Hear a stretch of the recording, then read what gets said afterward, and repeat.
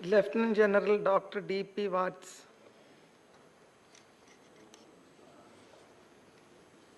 Thank you very much, Sabhapati ji, for permitting me to speak on such an important bill.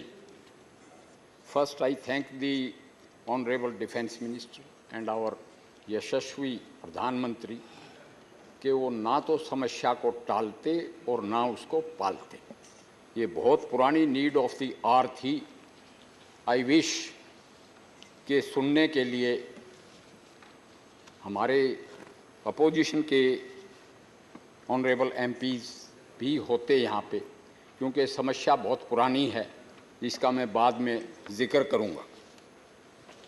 एक बात ज़रूरी है, जैसा कि बताया मेरे से पूर्व वक्ताओं ने, कि ये एक एनेबलिंग एक्ट है। Inter services command, control and discipline bill, inter services organisations जैसे Andaman and Nicobar command, space agency, strategic forces, national defence academy, national defence college और ऐसी बहुत सी इंस्टीट्यूशंस हैं which are being commanded by the rank officers of the rank of Lieutenant General, and these are tri-services institutions, मगर उनके पास अख्तियारात powers नहीं है, discipline powers and administrative powers.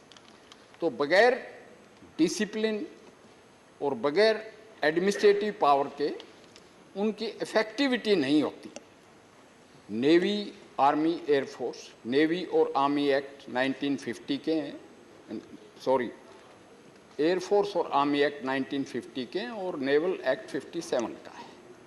अब किसी नेवल पर्सनल को जो पोस्टेड है ट्राई करने के लिए for any offence, he has to be attached to a naval unit and there is a provision कि officer can not be punished by the other services officers or organizations, and personnel have to be moved out to naval units or air force units or army units for disciplinary purposes which consumes time।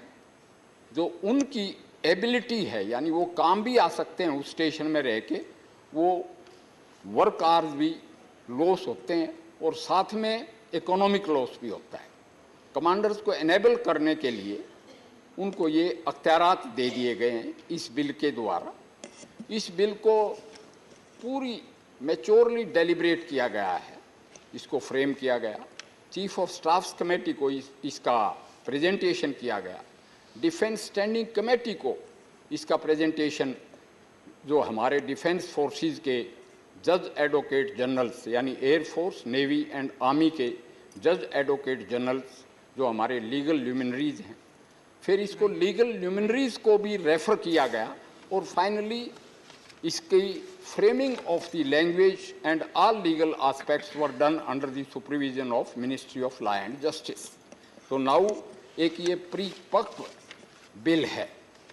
रही बात command, यानी सुजीत कुमार जी ने कहा within constraints, I will like to say कि is there a need for theatre commands.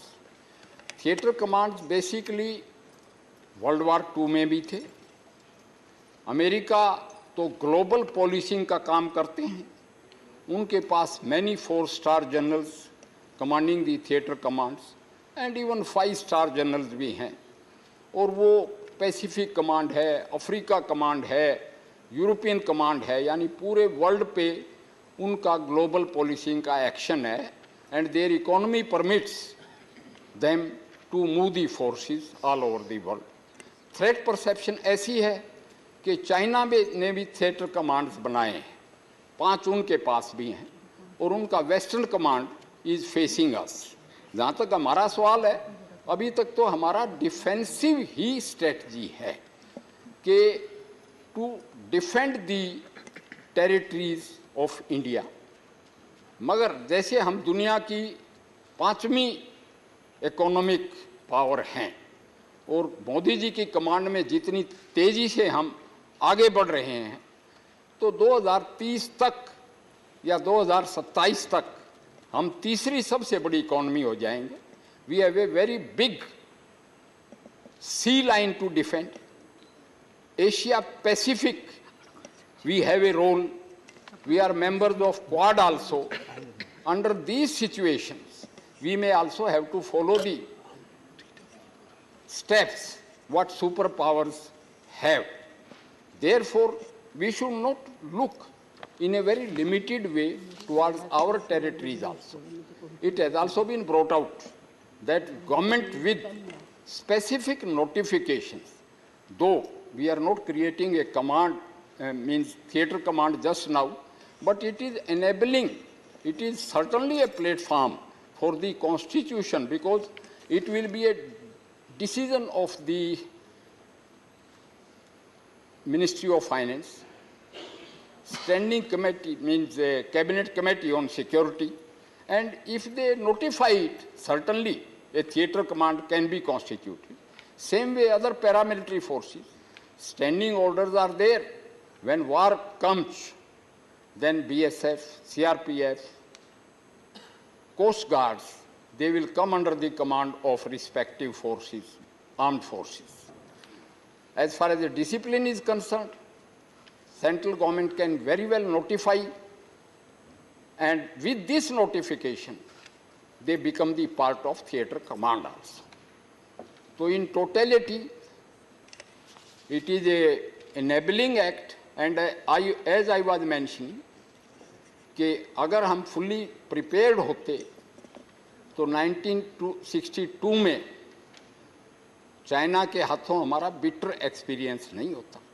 अब हमारी forces Himalaya की चोटियों पे खड़ी हैं, उनके प्लेटू को ओवरलुक कर रही है, और बहुत अच्छे अच्छे रास्ते बना लिए गए हैं बॉर्डर रोड द्वारा। यानी कि we are fully prepared, we are a nuclear powered nation, and we need to grow.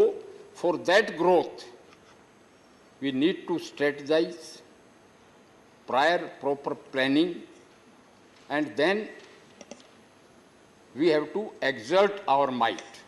Or you can say our policy of a velvet glove with an iron fist. If we are not strong, then people will not acknowledge our might. Though we want peace in the world, Vasundharaye Kutumbakam Modi ji का नारा है, मगर उसके लिए हमें ताकतवर होना पड़ेगा, और उस ताकत के लिए एनेबलिंग बिल्स की बहुत ज़रूरत है कि ये एक्ट बन के वजूद में आएँ और फोर्सेस का डिसिप्लिन चुस्त दुरुस्त और मजबूत हो. Thank you very much for giving me time. I support this bill.